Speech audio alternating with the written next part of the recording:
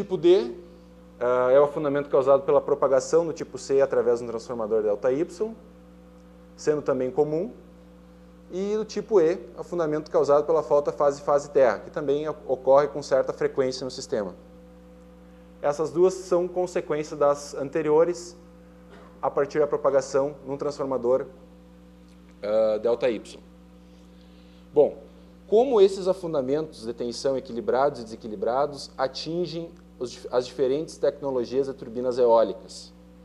Bom, em primeiro lugar, a gente tem turbinas eólicas de grande porte. Basicamente, elas são divididas em dois grupos: velocidade fixa e velocidade variável, né? As turbinas eólicas de velocidade fixa são, basicamente, um gerador de indução, né, conectado quase que diretamente à rede, né, com algumas alterações e algumas melhorias para melhorar a potência injetada no sistema. Entretanto, quando essa topologia de aerogeradores é acometido por um afundamento de tensão, basicamente vai se seguir o mesmo comportamento dinâmico que teria uma máquina de indução, né? Ou seja, possivelmente ele vai drenar potência reativa da rede, o que já infringe alguma daqueles três pressupostos dos requisitos de rede, né? E ele também não tem habilidade de injetar corrente reativa durante a falta, né? Claro que alguns estudos vêm sendo feitos, e talvez a instalação de conversores na fazenda pode ser uma alternativa para compatibilizar esse tipo de tecnologia com os códigos de rede. É claro que daí se daria uma solução para a geração eólica a partir de velocidade fixa em termos de fazenda e não em termos de aerogerador. Tá? Bom, os conceitos de velocidade variável, eles se dividem basicamente em dois tipos de aerogeradores diferentes. O aerogerador duplamente alimentado, que é a partir de um gerador de indução duplamente alimentado e que tem um conversor parcial, certo? Onde apenas uma parte da potência é processada, apenas uma parte da potência extraída do vento é processada e injetada na rede. Ele tem, durante afundamentos de tensão, ele vai ter altos transitórios decorrentes de tensões induzidas devido a esse afundamento. Qualitativamente, este aerogerador ele é capaz de atender aos aqueles três requisitos que eu listei dos códigos de rede. Bom, e o conceito de gerador com conversor pleno, onde se utiliza geralmente um gerador síncrono, né, ou um gerador síncrono tradicional ou com ímãs permanentes, e nós temos um conversor pleno, que processa toda a energia gerada por esse gerador, certo? Bom, neste caso, ele tem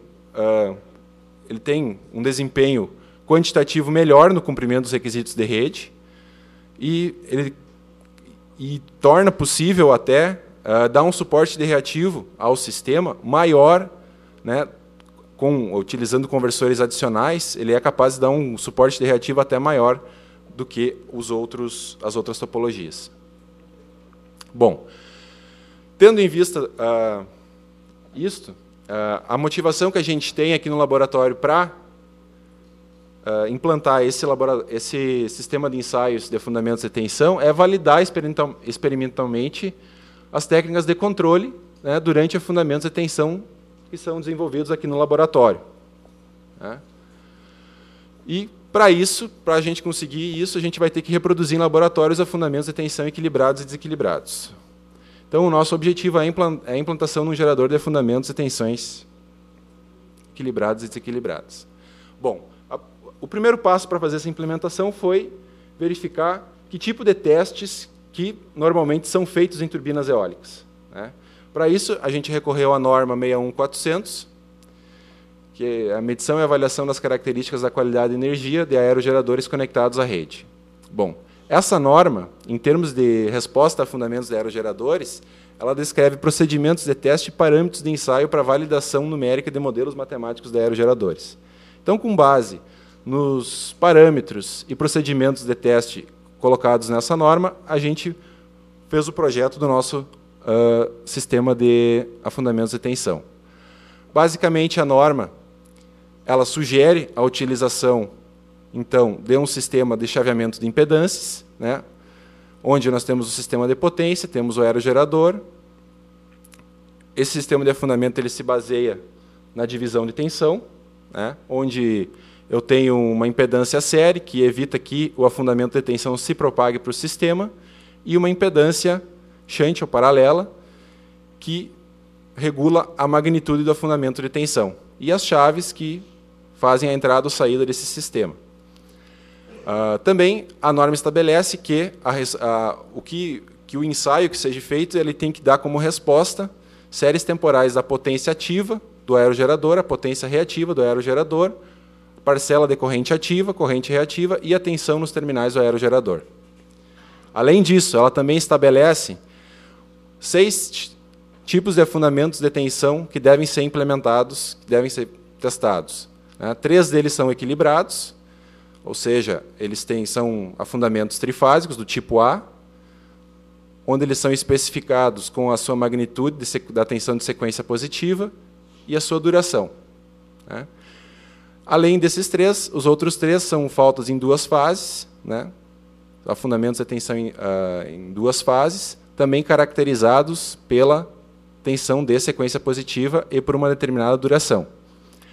Esses ensaios eles devem ser realizados com a turbina eólica operando tanto de 0,1 até 0,3 PU de potência ativa e acima de 0,9 PU de potência ativa. Então, devem ser feitos ensaios em diferentes escalas de potência ativa. Além disso, a norma também estabelece um critério de performance do sistema que vai executar o afundamento, ou seja, o afundamento de tensão ele deve obedecer essa curva. Ele pode ter uma variação de mais ou menos 5%, né? 5 para baixo, 5 para cima, e um tempo de atraso, tempo de saída, de 20 milissegundos. Logicamente, isso aqui serve para calibrar o sistema que vai fazer o afundamento de tensão sem o aerogerador conectado. Uma vez que eu vou conectar o aerogerador no sistema que vai efetuar o afundamento de tensão, isso aqui já, possivelmente, o aerogerador vai interferir na forma de onda e vai alterar esse comportamento. Então, como eu comentei anteriormente, esse sistema, esse gerador por divisão de tensão, ele basicamente tem uma impedância, de um lado tem o sistema elétrico, do outro lado o sistema a ser testado, e tem uma impedância série no meio, que evita que esse afundamento nesse ponto, que a tensão nesse ponto se propague para o sistema, e o ramal paralelo, que vai variar a magnitude do afundamento de tensão. Muitas empresas, né, que fazem testes em aerogeradores em loco, montam esses sistemas aqui, esse gerador de afundamento de tensão, em containers para poder se movimentar para fazer testes em diferentes locais. Então, como eu comentei, basicamente ele tem o princípio da divisão de tensão, ele só utiliza elementos passivos e chaves ou semicondutoras ou mecânicas para executar o afundamento de tensão. Então, o sistema que a gente está propondo, basicamente, é esse aqui. De um lado, nós temos a rede, o equipamento sob teste. Em cinza, nós temos chaves mecânicas, né, que são para fazer manobra, não para promover o afundamento ou retirar do afundamento, apenas para fazer manobra. O nosso gerador de afundamento, a gente incluiu um transformador ΔY. Esse transformador ele pode ser tanto utilizado como impedância em eventuais afundamentos balanceados, ou ele pode servir também como defasador para se obter um outro tipo de afundamento de tensão. Certo? Então, a chave 7 e a chave 5 e 6 são justamente para colocar o transformador no ensaio ou retirar o transformador do ensaio. E a chave 3, para que a gente possa fazer o ensaio, o afundamento de tensão e propagar a queda de tensão até o equipamento sob teste. Bom, em amarelo, nós temos, então, as chaves semicondutoras e GBTs que a gente vai utilizar para promover o afundamento de tensão. Logicamente, aqui a gente tem que ter um cuidado, uma vez que a gente vai estar chaveando indutâncias de colocar um tempo, fazer uma temporização, um tempo morto entre o chaveamento dessas duas para evitar curtos-circuitos. Sendo assim, no estabelecimento do afundamento de tensão, sempre a chave 2 deve abrir e, após a chave 2 aberta, a chave 9, as três chaves 9 fecham e se estabelece o afundamento de tensão conforme a configuração feita anteriormente. Na saída, a mesma coisa, chave 9 vai abrir, chave 2 fecha. Logicamente que no momento que a chave 9 abrir, como nós estamos chaveando impedâncias, nós vamos ter sobretensões sobre essas chaves. Por isso, cada uma dessas chavezinhas aqui são dois IGBTs em configuração anti-série, conectadas de tal forma que a gente possa acionar as duas chaves ao mesmo tempo utilizando o mesmo drive. E, junto com ela, é colocado um sistema snubber para grampear elevações de tensão a partir de um varistor. Esse varistor vai grampear. Esse varistor foi dimensionado com uma energia tal que ele consegue suportar pelo menos 5 vezes o tempo morto que a gente utilizou, tanto com alguma folga. Então, aqui estão os componentes que vão ser utilizados para fazer justamente as chaves 2 e 9, o IGBT, drive, capacitor. Bom, então, mais alguns detalhes aqui sobre o projeto. O afundamento de tensão máximo que a gente adotou aqui, para o lado da rede durante o ensaio, é de 5%. Sendo assim, a gente chegou a um critério de projeto, certo? Onde a impedância seria a impedância de curto-circuito no ponto de conexão do nosso laboratório, que esse valor foi estimado. Temos uma impedância séria e impedância paralela. Então, o projeto dessa impedância séria foi feito para o caso de uma falta, de um afundamento de tensão que chegue praticamente a zero, ou seja, esse ramal aqui vai ser o próprio curto-circuito. Então, a gente chegou num determinado valor de impedância que nos dá uma corrente de curto-circuito no ponto do teste do aerogerador de quase 300 amperes. Isso equivale, como esse projeto está sendo dimensionado para um sistema de 20 kW, então é aproximadamente 10 vezes a potência do sistema a ser testado.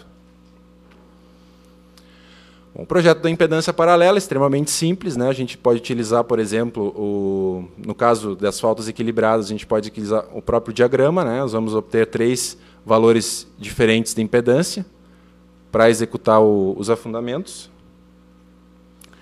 E, por questão de tempo disponível, eu não incluí todos os projetos da impedância para as faltas equilibradas, até porque, pela configuração do nosso sistema, a gente pode atender a norma de várias formas diferentes. Então, apenas a maneira como a gente calcula é também utilizando os diagramas de sequência, certo? Para os diferentes tipos de falta. Então, basta a gente calcular aqui a tensão de sequência positiva, que é requisitada pela norma.